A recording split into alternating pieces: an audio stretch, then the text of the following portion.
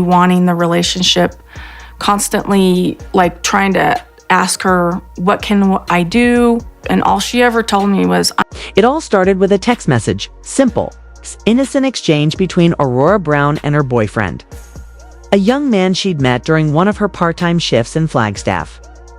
But that digital trail would ignite a fury in Kody Brown that only tore apart the fragile thread still holding his household together, but would send the last remaining semblance of his family spiraling into chaos, despair, and ultimate ruin. For years, Robyn Brown had been at the center of Kody's collapsing empire. The wife he favored as his spiritual union with Meri turned to dust. As Janelle asserted her independence, and as Christine walked away with a fierce clarity that left Kody reeling. Through all of that, Robyn remained loyal through the public scrutiny. Through the social media backlash that painted her as the manipulative queen bee of a crumbling hive. Loyal even when her own children bore the burden of being placed above the rest. She had clung to Kody, built a life with him in their sprawling Flagstaff mansion, and defended his every decision, no matter how destructive.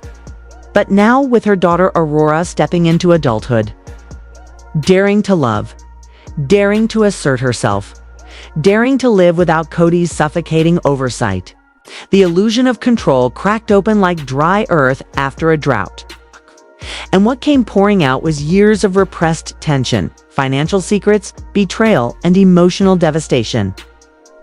Kody's discovery of Aurora's boyfriend wasn't just the spark hit. Was the match tossed onto a gasoline-soaked pile of unspoken resentments and dead-ridden dreams?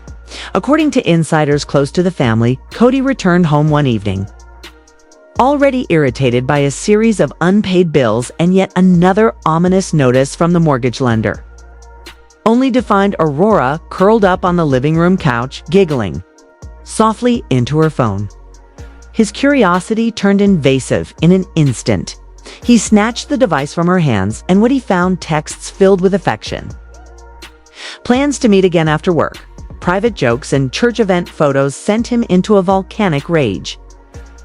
He reportedly exploded, accusing Aurora of undermining the family's values, of bringing shame to the home he could no longer afford, of disrespecting him in his own house. But Aurora didn't cower. After years of witnessing her mother's emotional suppression, years of sitting quietly as cameras captured arguments, favoritism, and dysfunction masked as religious unity, she stood up for herself.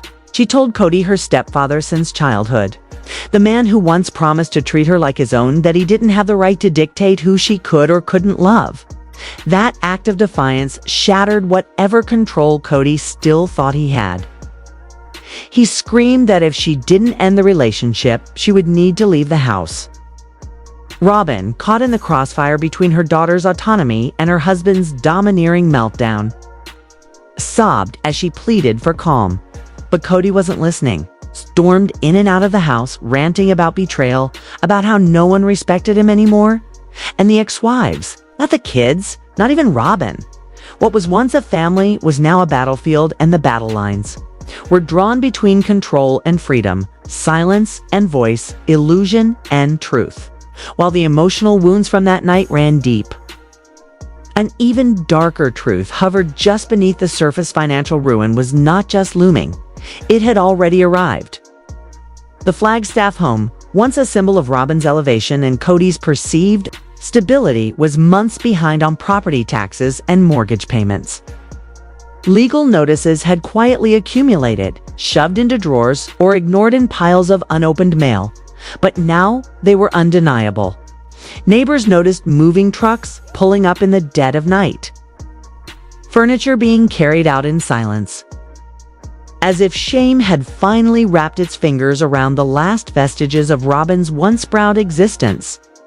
The show money had dried up. Christine, Janelle, and Meri were no longer part of the shared financial structure. Legal fees from custody battles, property disputes, and back taxes drained what little was left.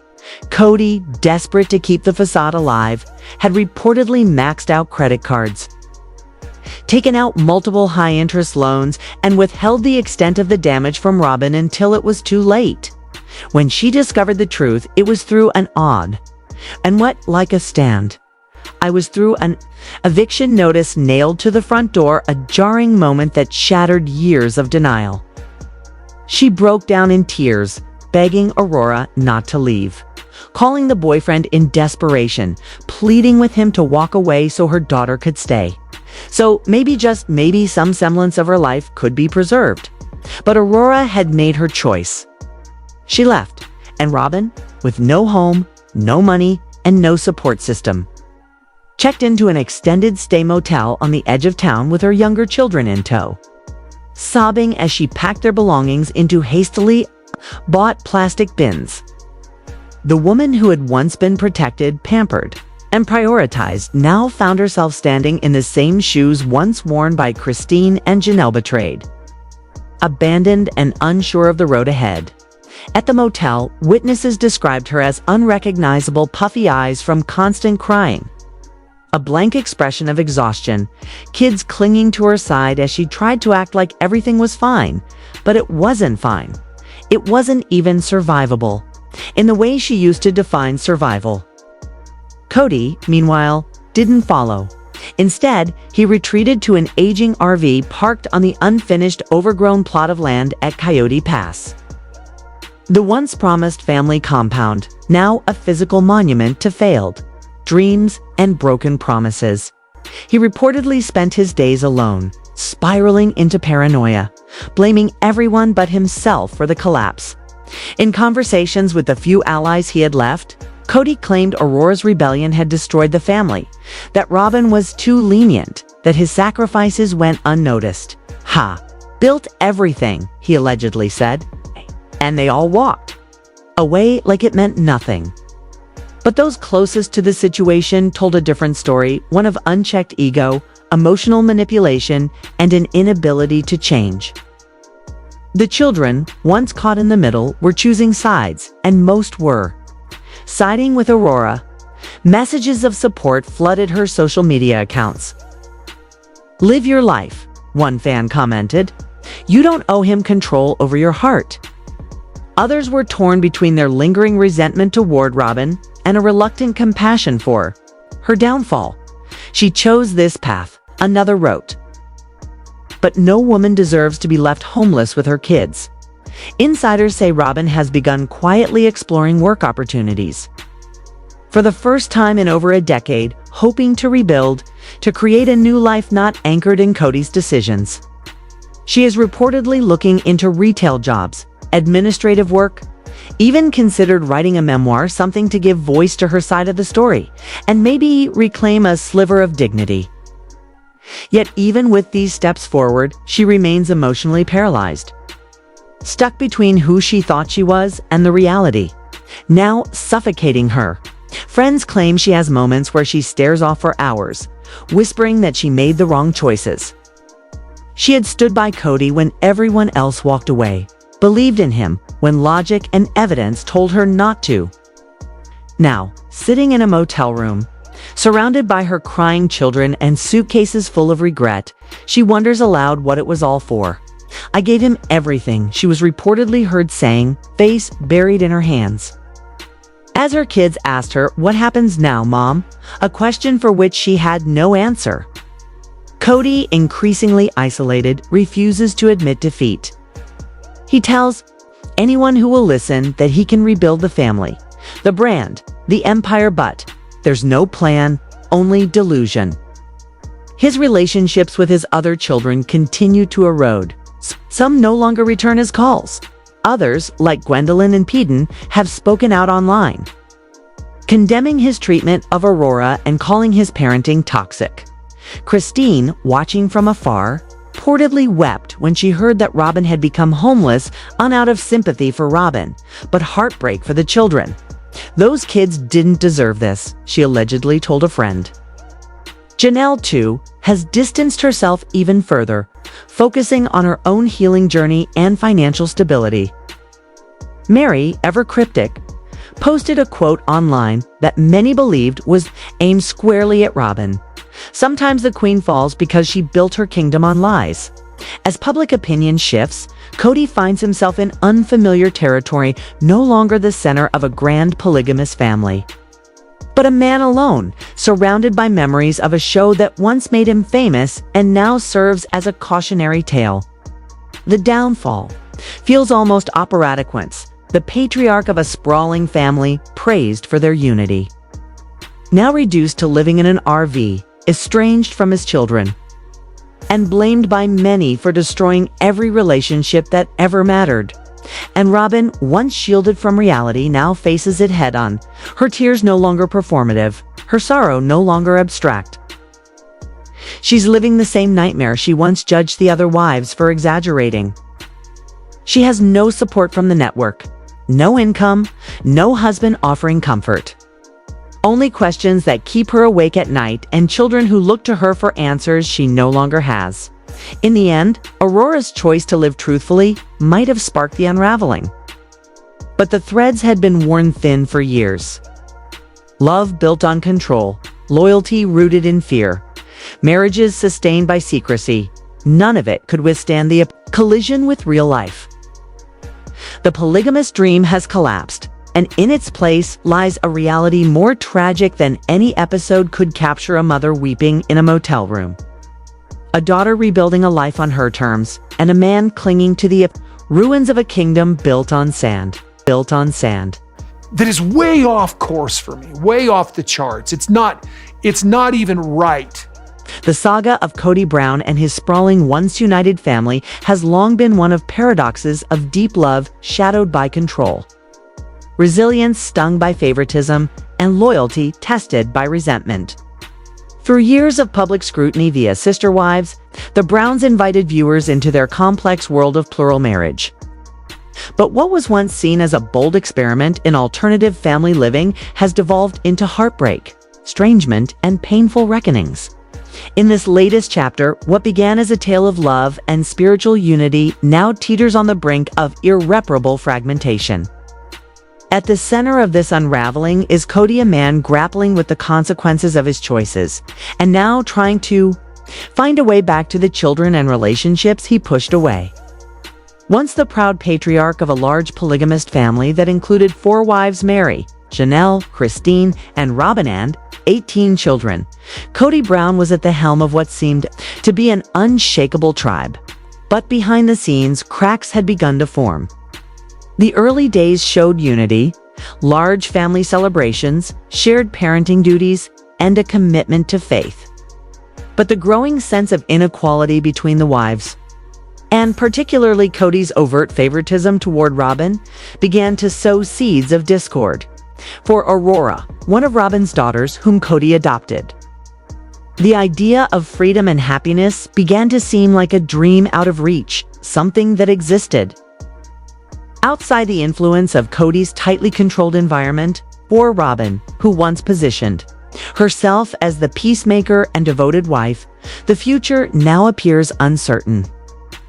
As Kody hits emotional and relational rock bottom, Robyn may be pushed to confront her own need for independence, especially if Kody's efforts to reconcile fail.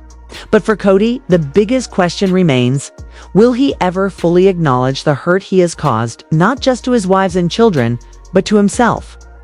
Following years of building tension and broken bonds, Kody Brown has now expressed a clear, though long overdue desire to reunite with his children. As his polygamous marriages unraveled, first, Christine left, then Janelle, and finally Meri. He was left functionally monogamous with Robyn. What was once a unified family became fractured, with many children feeling abandoned by the father, who once prided himself on his involvement in their lives. In recent interviews and private moments shared by family insiders, it appears that Kody has begun to reach out to his children. He has started calling, texting, and even visiting in an effort to begin healing the wounds of the past. Yet many of his children remain hurt, wary, and unsure if their father can truly change. His children's trust isn't something he can demand, it must be earned. During his plural marriages, Kody became father to 18 children, and at one point, the Brown family was known for their strong, close-knit dynamic. Group dinners, Birthday parties, family vacations, these were cornerstones of their lives. But those traditions faded as favoritism reared its head. Robyn and her children became Kody's apparent priority, while his time and emotional availability to the rest of his family shrank. The pandemic was a turning point. Kody enforced rigid COVID-19 protocols, many of which were perceived as unreasonable or inconsistently applied. This sparked outrage among his adult children, who felt they were being punished while Kody continued to visit Robyn freely. Sons like Gabriel and Garrison bore the brunt of Kody's strict rules. Garrison, in particular, voiced his frustration publicly and stopped speaking with Kody altogether. When Christine made the difficult decision to leave, citing neglect and emotional distance, it set off a domino effect. Janelle and Meri soon followed, leaving Kody isolated with only Robyn and her children. The emotional chasm widened. Older children like Gwendolyn, Pedden, and Hunter began speaking out about their father's absence and perceived indifference. Some accused Kody of emotional abandonment. His public responses during Sister Wives tell-all specials further strained these relationships. Kody blamed the children's mothers for turning them against him, showing little reflection on his own actions. Then came the devastating loss of Garrison Brown. His tragic passing sent shockwaves through the family and deeply impacted Kody. It was, according to those close to the family, a wake-up call. Friends described Kody as shaken and finally willing to examine the man he had become. He reportedly told Robyn, in one of his most vulnerable admissions, "I don't want to go to my grave with my kids hating me. I want to be their dad again." Encouraged by Robyn, Kody took his first steps toward reconciliation. He began with phone calls, many unanswered. His conversation with Gabriel reportedly lasted hours, filled with emotion, pain, and tentative hope. He apologized to Savannah for missing her birthdays and major life moments. According to sources, Kody made a point not to make excuses. He listened. He took accountability. And while this may seem like a basic step for Kody, it was a significant and necessary departure from the defensiveness that had long defined his interactions. Still, not all children are ready to embrace reconciliation. Gwendolyn and Pedden remain skeptical. Gwendolyn has expressed on social media that trust isn't easily restored. Pedden has been blunt with his father, reportedly saying, "You can't just walk back into our lives and expect everything to be okay." Even the younger children are conflicted. They've grown up hearing about Kody's absences from their older siblings and watching the strain unfold in real time on television. One family friend described them as confused, hurt, and unsure of what to believe. Despite this resistance, progress, however small, has been made. Kody recently joined a family dinner, the first of its kind in years. He brought flowers for his daughters, remained quiet, and allowed space for open conversation. He also attended a school play for one of his younger kids and was seen cheering with pride. A fellow parent in attendance said Kody was beaming, could see how much it meant to him. Therapists who specialize in family estrangement caution that healing takes time. Years of neglect and emotional distance can't be undone with a few apologies. But Kody, reportedly, is serious about the work. He is enrolled in individual counseling, is reading about parental estrangement, and has cut back on work to be more present. "I'll do whatever it takes," he told a friend. "I just want my kids back." The mothers have responded in varying ways. Christine supports her children's decisions, encourages them to be open, but warns them to guard their hearts. Janelle is cautiously optimistic and has urged her children to give Kody a chance if they feel safe doing so. Meri, who has distanced herself from much of the drama, has expressed quiet hope that reconciliation is possible. Fans of Sister Wives are following the family's journey closely. Social media is full of conflicting opinions. Some admire Kody for finally trying, while others say it's too late. "Family is everything," one fan commented. But trust must be rebuilt, not demanded. The family recently came together for a memorial service honoring Garrison. It was an emotional reunion. Kody hugged each of his children, cried openly, and reportedly expressed sorrow for the years lost. It was the first time in years the entire family had been together.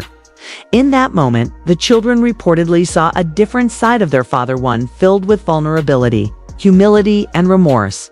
In private reflections shared with friends, Kody admitted that he had equated being a good father with financial support, not realizing the emotional void he left behind. "They needed me emotionally too, and I wasn't there," he said. That realization has driven him to change. He's now prioritizing attending birthdays, plays, and graduations. He wants to be present, not just provide. Some children have cautiously acknowledged the change. Gabriel posted, "We're all trying. It's not easy, but I believe people can change." Savannah shared a photo of herself and Kody with a caption, "Starting over."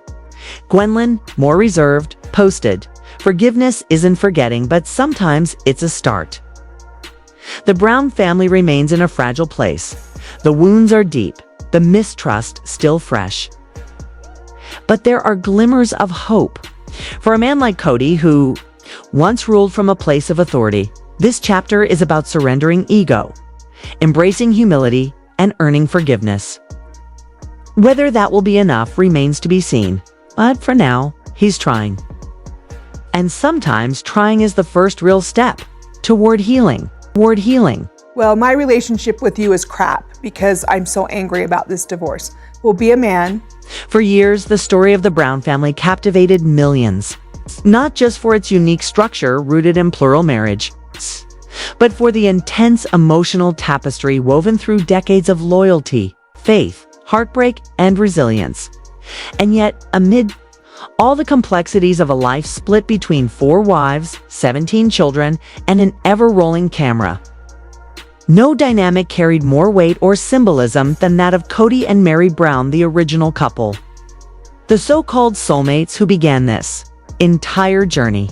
What began as a hopeful love story in 1990 has now become a cautionary tale of misplaced devotion, emotional neglect, and ultimately, personal liberation.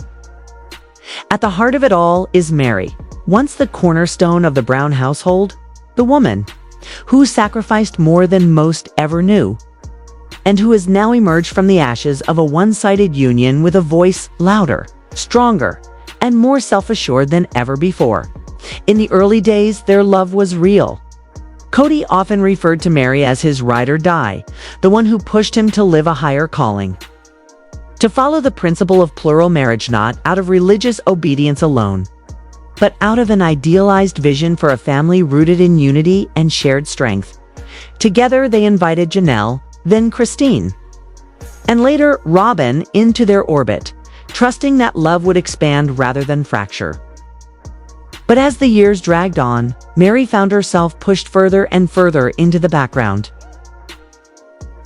The cameras showed a smiling, supportive wife, but behind the scenes, she was slowly unraveling, wounded by Kody's increasingly obvious favoritism, haunted by her own feelings of inadequacy, and tormented by infertility that left her longing for something more.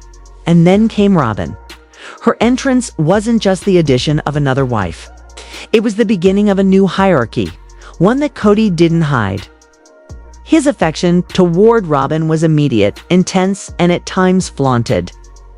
Meri watched helplessly as her husband, the man she once believed would be her forever, slipped further away. What made it worse was that Meri had legally divorced Kody in 2014 to allow him to marry Robyn and adopt her children. Believing it was the right thing for the family, she did so quietly, without bitterness, still clinging to the hope that her emotional bond with Kody would endure. But that hope was shattered the following year when, desperate for connection, Meri became entangled in an online relationship that turned out to be a catfishing scandal. Believing she was developing a new romance with a man, she instead found herself deceived by a woman pretending to be someone else.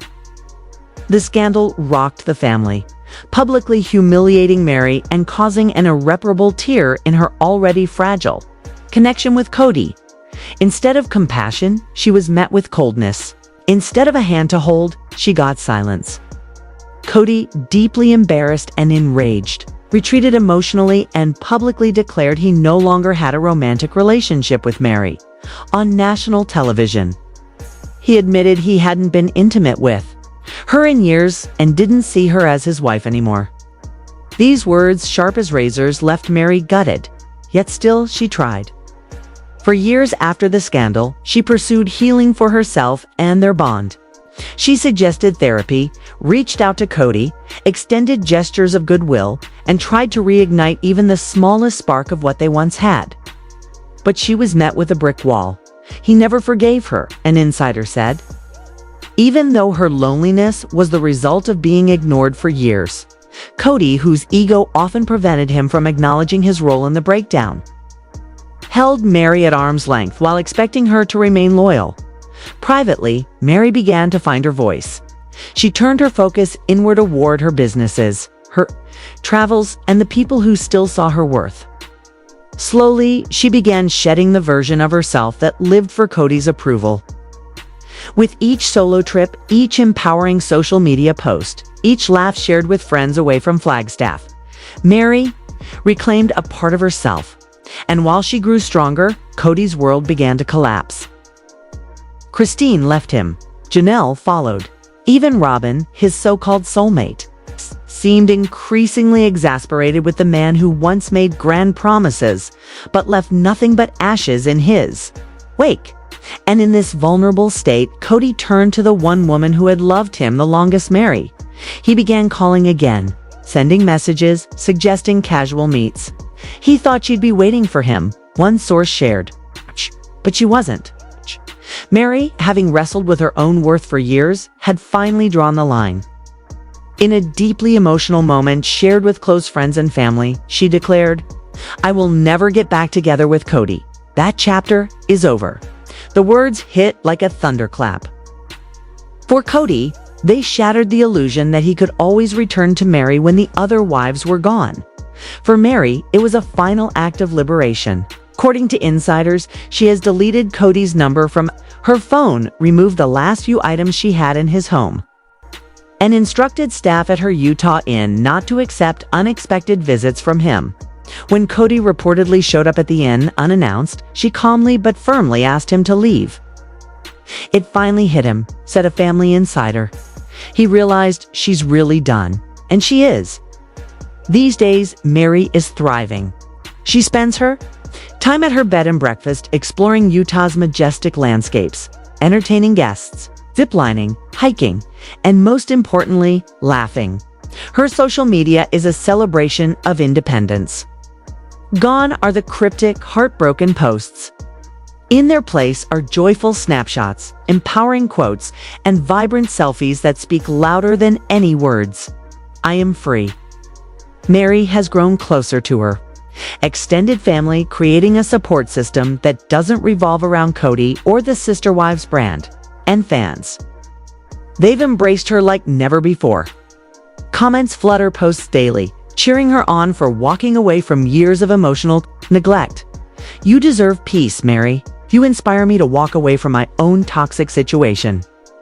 You're glowing now." Her story resonates deeply with women everywhere who've stayed too long, given too much, and silenced themselves for the comfort of others. But no longer.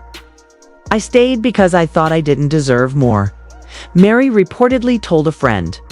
"But now I know I do." As for Kody, sources close to the family say he's been reflective, even haunted by what he's lost. He reportedly keeps an old photo of himself and Meri in a drawer and occasionally takes it out, staring at it in silence. He misses her, says one family member, but he'll never admit it publicly. In rare moments of vulnerability, Kody has allegedly confessed, "I didn't appreciate her when I had her, and now it's too late." He's said to be seeking counseling now, struggling to understand how his family, once so large and close, has dwindled into fragments. Robyn, too, is no longer the salve to his wounds. The tension in their marriage has grown as she watches the consequences of Kody's pride play out in real time. But Meri, she isn't looking back. Okay. In one of her most powerful posts yet, she wrote, "Sometimes the hardest thing is knowing when to let go." I wish him well, but I'm moving forward. No bitterness, no rage, just closure. It's true closure. And maybe that's what makes her story so compelling. It's not just about heartbreak, but about rising after heartbreak, about discovering that you don't need someone else's love to be whole. In interviews, Meri has hinted that she may be open to love again one day, but only if it comes with mutual respect and true emotional safety. She knows what she wants now, said a confidant, and she won't settle for anything less. Her transformation has turned her into a quiet icon of resilience and feminine strength. Viewers of Sister Wives have watched her evolve from the silent, smiling supporter into a woman who speaks her truth with clarity and grace. She went from invisible to unstoppable, one fan tweeted, and the impact is undeniable. For many, Meri is no longer just Kody's first wife, she is the one who finally broke free. The one who reminded millions that it's never too late to start again. As this chapter closes, one can only imagine what lies ahead for her. Maybe a new love, maybe new adventures, maybe just peace, and that's enough. Meanwhile, Kody walks a lonelier road, increasingly aware of the wreckage he left behind.